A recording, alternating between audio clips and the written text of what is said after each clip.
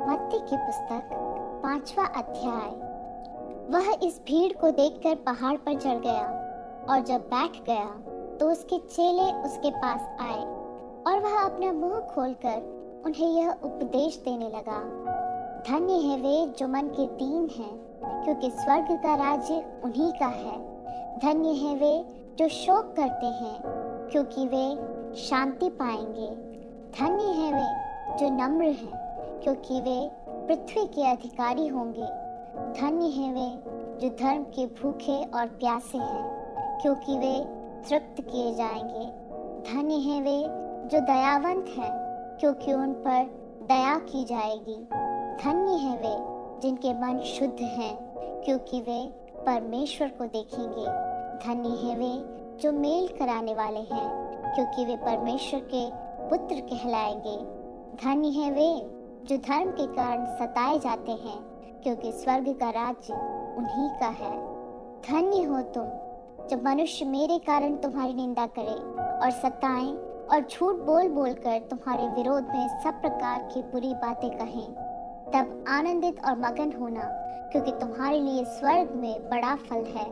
इसलिए कि उन्होंने उन भविष्यद्वक्ताओं को जो तुमसे पहले थे इसी रीति से सताया था। तुम पृथ्वी के नमक हो, परंतु यदि नमक का स्वाद बिगड़ जाए तो वह फिर किस वस्तु से नमकीन किया जाएगा? फिर वह किसी काम का नहीं, केवल इसके कि बाहर फेंका जाए और मनुष्यों के पैरों तले रौंदा जाए। तुम जगत की ज्योति हो। जो नगर पहाड़ पर बसा हुआ है वह छिप नहीं सकता, और लोग दिया जलाकर पैमाने के नीचे नहीं परंतु दीवार पर रखते हैं, तब उससे घर के सब लोगों को प्रकाश पहुंचता है। उसी प्रकार तुम्हारा उजियाला मनुष्यों के सामने चमके, कि वे तुम्हारे भले कामों को देखकर तुम्हारे पिता की जो स्वर्ग में है बड़ाई करें। यह न समझो कि मैं व्यवस्था या भविष्यद्वक्ताओं की पुस्तकों को लोप करने आया हूँ। लोप करने नहीं परंतु पूरा करने आया हूँ, क्योंकि मैं तुमसे सच कहता हूँ कि जब तक आकाश और पृथ्वी टल न जाए तब तक व्यवस्था में से एक मात्रा या एक बिंदु भी बिना पूरा हुए नहीं टलेगा। इसलिए जो कोई इन छोटी से छोटी आज्ञाओं में से किसी एक को तोड़े और वैसा ही लोगों को सिखाए, वह स्वर्ग के राज्य में सबसे छोटा कहलाएगा।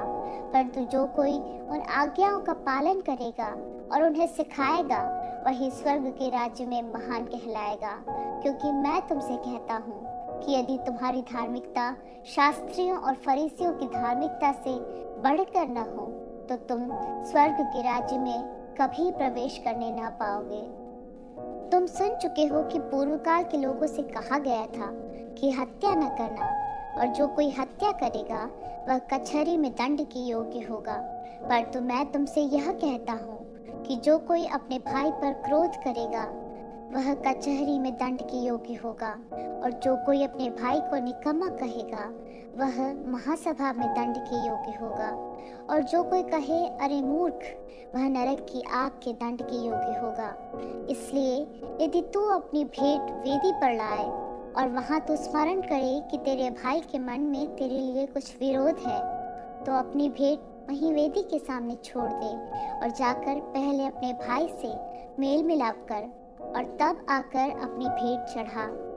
जब तक तू अपने मुद्दे के साथ मार्ग ही में है, उससे झटपट मेल मिलाप कर ले। कहीं ऐसा ना हो कि मुद्दे तुझे हाकिम को सौंपे और हाकिम तुझे सिपाही को सौंप दे और तू बंदीगृह में डाल दिया जाए। मैं तुझसे सच कहता हूँ कि जब तक तू कौड़ी कौड़ी भर न दे तब तक वहाँ से छूटने न पाएगा। तुम सुन चुके हो कि कहा गया था व्यभिचार ना करना, परंतु मैं तुमसे यह कहता हूँ कि जो कोई किसी स्त्री पर कुदृष्टि डाले वह अपने मन में उससे व्यभिचार कर चुका।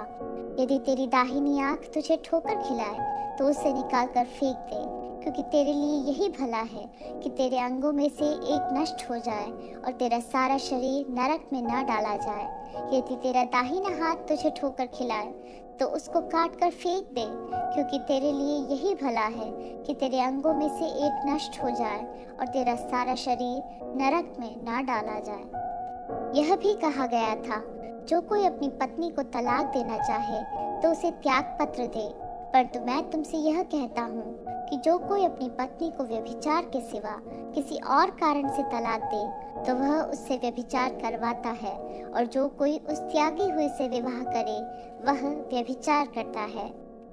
फिर तुम सुन चुके हो कि पूर्व काल के लोगों से कहा गया था, झूठी शपथ न खाना, परंतु प्रभु के लिए अपनी शपथ को पूरी करना। परंतु मैं तुमसे यह कहता हूँ कि कभी शपथ न खाना, न तो स्वर्ग की, क्योंकि वह परमेश्वर का सिंहासन है, न धरती की, क्योंकि वह उसके पांवों की चौकी है, न यरूशलेम की, क्योंकि वह महाराजा का नगर है। अपने सिर की भी शपथ न खाना, क्योंकि तू एक बाल को भी न उजला न काला कर सकता है, परंतु तुम्हारी बात हाँ की हाँ या नहीं की नहीं हो, क्योंकि जो कुछ इससे अधिक होता है वह बुराई से होता है। तुम सुन चुके हो कि कहा गया था, आँख के बदले आँख और दांत के बदले दांत। परंतु मैं तुमसे यह कहता हूँ कि बुरे का सामना न करना, परंतु जो कोई तेरे दाहिने गाल पर थप्पड़ मारे उसकी ओर दूसरा भी फेर दे। यदि कोई तुझ पर नालिश करके तेरा कुर्ता लेना चाहे तो उसे दोहर भी ले लेने दे। जो कोई तुझे कोस भर बेगार में ले जाए तो उसके साथ 2 कोस चला जा। जो कोई तुझसे मांगे उसे दे, और जो तुझसे उधार लेना चाहे उससे मुंह न मोड़। तुम सुन चुके हो कि कहा गया था, अपने पड़ोसी से प्रेम रखना और अपने बैरी से बैर। परंतु मैं तुमसे यह कहता हूँ कि अपने बैरियों से प्रेम रखो और अपने सताने वालों के लिए प्रार्थना करो, जिससे तुम अपने स्वर्गीय पिता की संतान ठहरोगे, क्योंकि वह भले और बुरे दोनों पर अपना सूर्य उदय करता है और धर्मी और अधर्मी दोनों पर मेघ बरसाता है। क्योंकि यदि तुम अपने प्रेम रखने वालों ही से प्रेम रखो तो तुम्हारे लिए क्या फल होगा? क्या महसूल लेने वाले भी ऐसा ही नहीं करते? यदि तुम केवल अपने भाइयों ही को नमस्कार करो तो कौन सा बड़ा काम करते हो? क्या अन्य जाति भी ऐसा नहीं करते? इसलिए चाहिए कि तुम सिद्ध बनो, जैसा तुम्हारा स्वर्गीय पिता सिद्ध है।